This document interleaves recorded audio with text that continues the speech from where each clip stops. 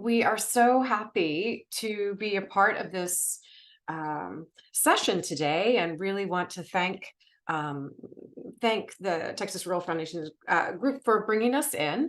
We are the Texas Archive of the Moving Image, and it's a bit of a mouthful, the name of our organization. We often just call it TAMI.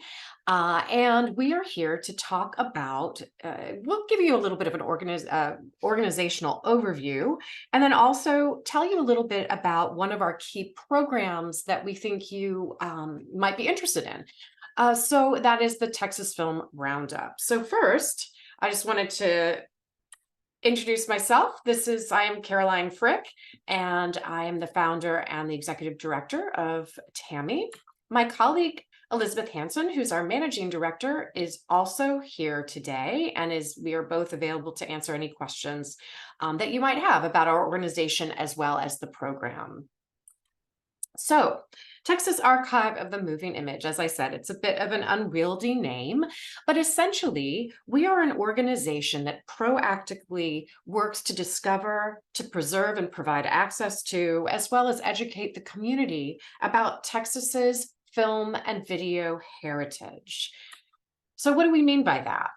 We are talking about local television, industrial films, commercials, feature films, those that have fallen into the public domain specifically, educational films, student films, and home movies. So, again, if you think about it, we're trying to create and have worked since 2003 to do so, a kind of curated YouTube for Texas, an educated YouTube for Texas, because all of this material is streaming online and available for free. Now, the reason that we like to kind of elucidate or kind of explain what our organization is trying to do with this kind of materials is because often when we think about Texas film, we have a tendency to think about big Hollywood titles like The Searchers, or trying to think, or even more recently, like Friday Night Lights, these kinds of programs, right? Well, in actual fact, I think what the digital age has quickly taught us is that there is a wide array of different kinds of materials that have been produced from the late 19th century into the 21st century, that well document the history of our state, but have not been prioritized or preserved as proactively as other types of historical artifacts. Now, the reason that we started was because, unlike the kind of things we often think about as kind of historical artifacts, paper, let's say beautiful downtown buildings, uh, all sorts of different kind of historical places that we think about, media life expectancy is actually far more precarious. In essence, right, if you have a historical building in your town and you pay attention to it, or it's made of stone, things will last. It may not be perfect, but they will last. The problem with film and video, in particular video, is that it has a very short life expectancy. And the additional challenge, and you might think about this actually, is if you have a VHS tape at home, or you might have a cassette tape at home, a lot of this is predicated on playback. And the key problem actually with video right now, especially with television broadcasts, is that there are not very many um, playback opportunities. There are really not many places in the country that can help us transfer that material before it is too late. And indeed, I love this term that scholars have come up with, and I think archivists and practitioners have said, is the 21st century, while we have information everywhere at our fingertips, the challenge is we're probably going to end up, from a historical standpoint, kind of entering the digital dark age. For the first couple of decades that we've had digital technology, we're going to be losing a lot as well. So we are very proud to have partnered with the Office of the Governor's Texas Film Commission for a program we've been running for about 15 years. It's called the Texas Film Roundup. So, in essence, if you think about archives, you often have a tendency to think about, well, scholars, students will come to the archive to do research at that archive because they know that the archive has certain kinds of materials.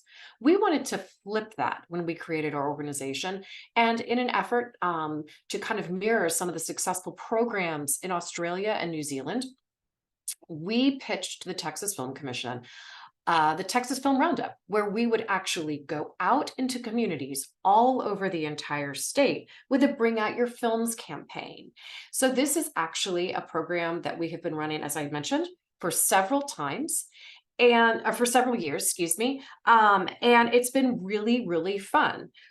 The program is predicated on the idea that we offer free digitization in return for a copy of whatever that film or video is to be placed into our online library. We then take those materials, we package them up, return them to local communities where they can. We believe strongly, actually, that a lot of these community films or individual films, right, are more central to being or more important in those communities rather than we would take those materials. So we basically share them, right? In this process, we have worked with over 2,500 individual families and individuals, as well as 300 participating organizations such as libraries, archives, museums, and more.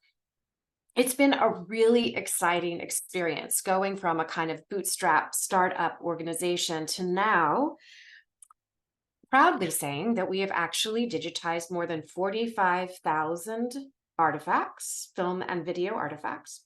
And we are now streaming over 6,000 of these titles, fully researched and historically vetted, all on texasarchive.org. We are very much at core an educational organization. And what we believe is really important is that we, unlike YouTube, maybe, unlike YouTube, we do not just kind of share these randomly, but rather we really do research and make them well contextualized, et cetera, and geared for basically a fourth to fifth grade student. Because fourth graders in Texas do study Texas history, that is what we consider to be kind of our target starting audience there. So it is all content that is appropriate for a fourth grade level K through 12 class.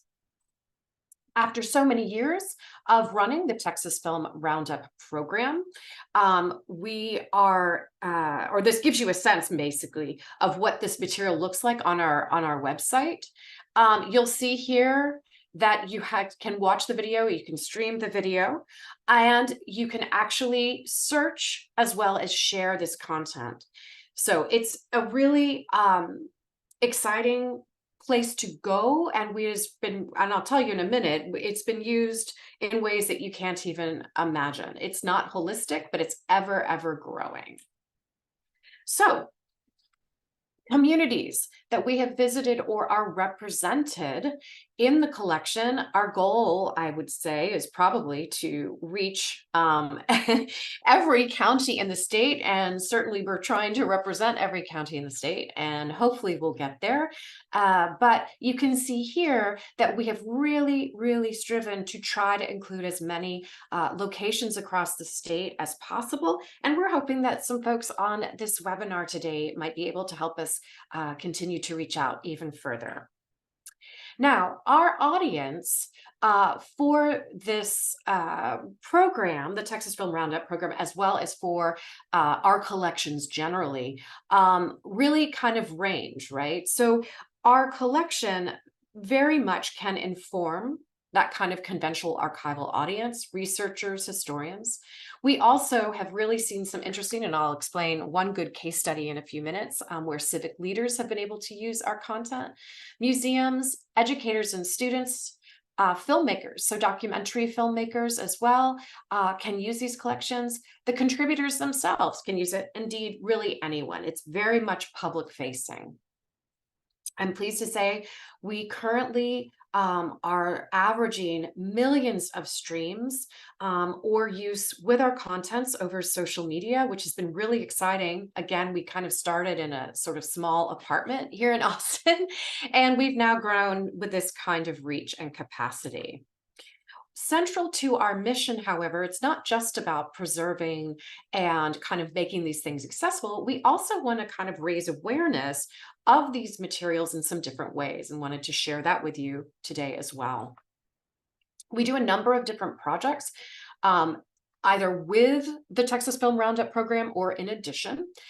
We do exhibits both online, and we do travel with some exhibits as well, but we basically will use our content and try to explicate them in some innovative ways. So you can think of us as an online hybrid of a museum, archive, and a library.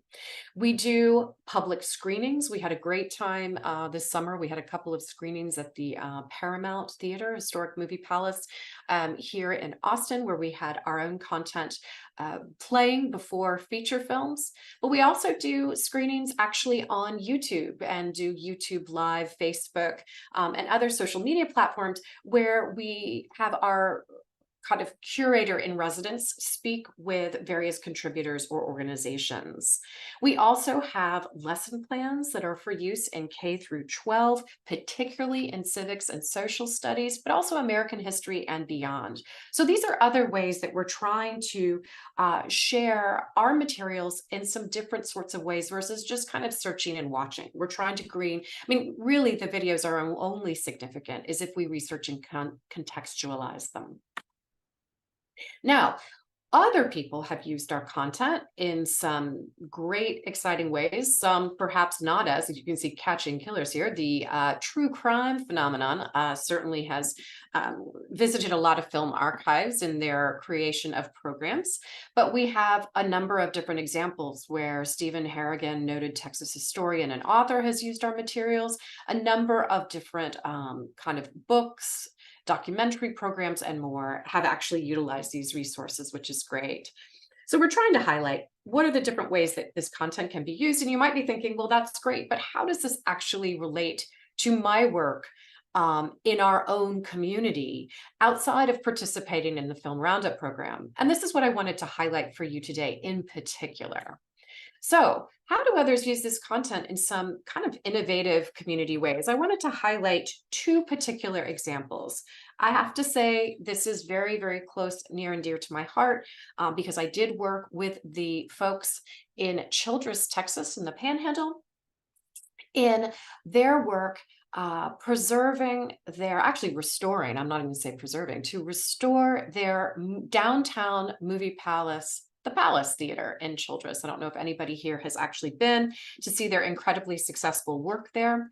But to make a long story short, when we first launched the Film Roundup program, we received a call from some folks that were involved in historical preservation and also just kind of civic and community engagement in Childress. There was a group that was trying to really restore their downtown to increase heritage tourism, to help their local community in a variety of different ways, their main street, et cetera. They had found a couple of 35 millimeter film prints. And they were curious if we could help them with those film prints. And the picture you see in the below right corner of the screen is actually a screen grab from those films. I wanted to, but I'm not going to make you take a look at this film because it's quite a bad film, but it is really, really hilarious. It was a film that produced by an itinerant filmmaker from Dallas called Melton Barker. And Melton Barker essentially created local films, uh, kind of ripping off of the Our Gang or the Little Rascals, if you remember that, kind of an Our Gang film with local children. He actually did this from about the 1930s to the 1970s. These are hilariously creative, not that great film, but featured local community members. So I was able to write a grant in conjunction with the Children's Theater Company, and we were able to restore the films. And then we brought them back to Childress.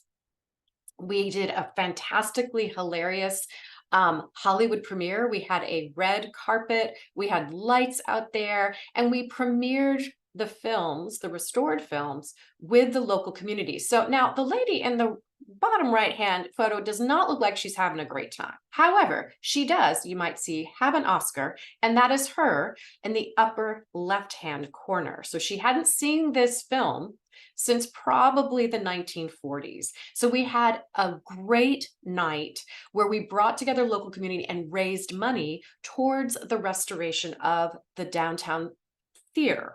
So this was, again, part of a larger restoration project. But as a result of partnering, not only was the Palace Theater fully restored, it is now showing films. It has become a great location for the Panhandle region.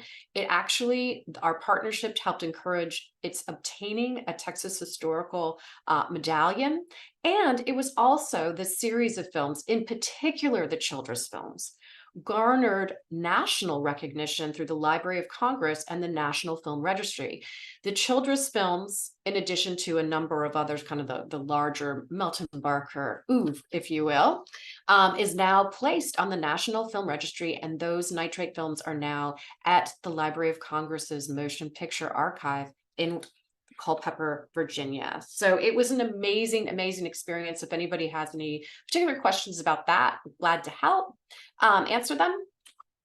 And with an eye on time, we don't have a ton of time to show you some of the clips, but I will point out another example that might be of interest to you. Fort Worth, we, in partnership with, I think it was the public library in Fort Worth, were able to find and digitize a film called Fort Worth, The Unexpected City. It's a really fun Chamber of Commerce films. We don't have much time here, so I won't belabor it, but it's actually narrated by Jimmy Stewart, and he is kind of talking about how magical Fort Worth is. A few years ago, and this achieved quite a bit of PR coverage because it's a really fun Chamber of Commerce film talking about how magical Fort Worth is. And of course, you have actor Jimmy Stewart narrating it. What's so fun is that Fort Worth in the last year or two actually took the soundtrack from that film and actually did their new Chamber of Commerce Come Visit Fort Worth film with that audio track. Now, you look at a city this time of the morning and you wonder what it's like, who lives there. I'm not sure if that audio worked particularly well for you here, but hopefully you could hear Jimmy Stewart's dulcet tones, and you can also find these films, obviously, on texasarchive.org. In terms of how you might be able to get involved or learn more, we do have our Texas Film Roundup program for 2023 coming up here in October. We have an opportunity to mail in film and video, but we are traveling to the Rio Grande Valley October 6th and 8th. If you are actually located in the Rio Grande Valley, we are going to be in a number of locations down there because we're able to partner with a number of public libraries. So please, please, if you're in the Valley, come and see us. And if you are not, we also have information on our website about how anywhere in the state you can actually mail in content to have that digitized as a part of the program as well. We're also going to be in Austin for Home Movie Day and a variety of others in Austin on October 14th. So if you're here in Austin, give us a shout out and we can tell you more about what we're doing there. So other ways of actually getting involved or helping, we're always looking to help people with digitizing films and videotapes that are, I was going to say rotting, and then I thought that was too dramatic. No, but they're rotting in your communities. We would like to proactively help you in being able to rescue these films and videos before they're gone, and then be able to bring them back in the community and share them. We are always looking for communities in which we can partner to bring the Roundup program. So we really do try every year to go to a different part of the state. And please let us know if you're interested in having our program come to you. We would love to meet more people with this. Certainly raise the uh, we need help kind of raising awareness or spreading the word about the Film Roundup program. That also is really helpful because we are a very small organization. So anytime we can get somebody to kind of connect us with folks that might be interested, it's great. Obviously, sharing our videos online is really, helpful for us to let more people know about what we have on offer. And we are a small, very small nonprofit. We are a separate 501(c)(3), and we're always, as we know, everybody probably on this call knows, we are always looking for donations to help us raise more awareness about what we're doing, preserve more films, and to travel to more places across the state to serve our audience. Here is information about where to find us online and on social media, texasarchive.org, and quickly our emails in case you have specific questions for that. So I know that was a really quick overview for our program, but that uh, I hope that you were able to. Oh, there, video's on. I wasn't able to see chat. Hello, nice to see you. That was a super, super down and dirty, fast look at our program, but we are so excited to be here. And any questions you might have, hopefully will be online, can answer, or Elizabeth and I would be glad to assist as well. So come check us out, and thanks again for having us be here.